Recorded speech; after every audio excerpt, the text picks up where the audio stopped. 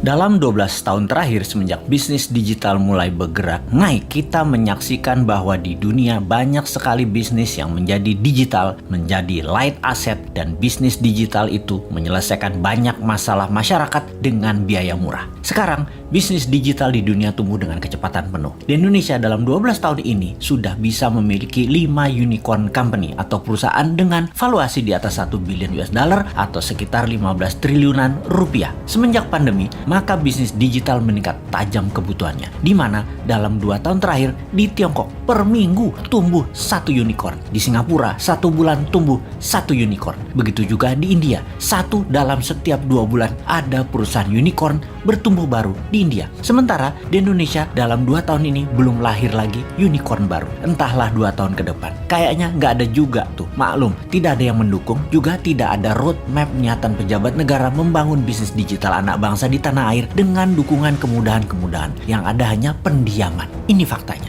Kalau dilihat dari sisi bisnis, bagaimana kita melihat hal ini? Apakah orang Indonesia itu tidak kreatif yang bisa membuat masalah besar diselesaikan dengan teknologi digital? Atau regulasi pemerintah yang memang terlalu fokus di politik dan terlalu memikirkan pencitraan sehingga lupa mengangkat sendi bernegara lainnya seperti ekonomi, budaya, sosial, pertahanan, dan keamanan? Terlalu politik, sangat politik, serta politik adalah segalanya yang harus didulukan. Sungguh, unicorn ini berciri satu hal, semakin besar problem yang di-solve, semakin besar masalah yang terselesaikan. Maka semakin cepat perusahaan digital itu bertumbuh serta dibutuhkan karena memang menyelesaikan masalah-masalah besar tadi.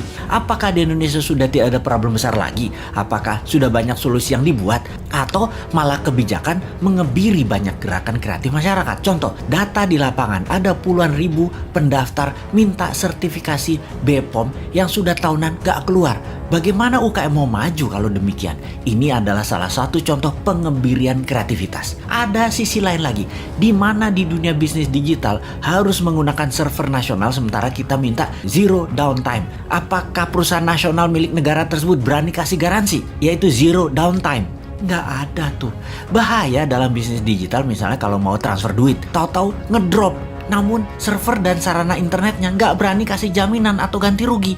Berat lah. Nah, itulah susahnya berbisnis dengan negara yang berbisnis, yaitu BUMN. Sementara server dan fasilitas dari luar negeri sudah lebih murah plus garansi zero downtime. Kalau lama mereka bayar penalti, tetapi nggak boleh dipakai. Kalau bisnis digital buat browsing-browsing sih aman. Yang paling ditakuti adalah pada saat up data. Ini nggak boleh ada downtime. Jadi, wahai generasi new mind, harusnya kita mengatakan lupakan mimpi jadi Mark Zuckerberg, lupakan mimpi jadi Jack Ma-nya di Indonesia, karena perusahaan Anda sulit jadi unicorn dalam waktu yang cepat. Apakah kalau mau kaya cepat di negeri politik ini emangnya harus breaking law, merusak aturan bisnis yang ada gitu ya? Kita jadi nggak bisa alim-alim amat kalau kayak gitu. Harus super kreatif mengalahkan kekakuan old mind regulator yang cari selamat di dalam menjabat, bukan malah untuk mempermudah masyarakat berusaha. Duh, lamanya 2024.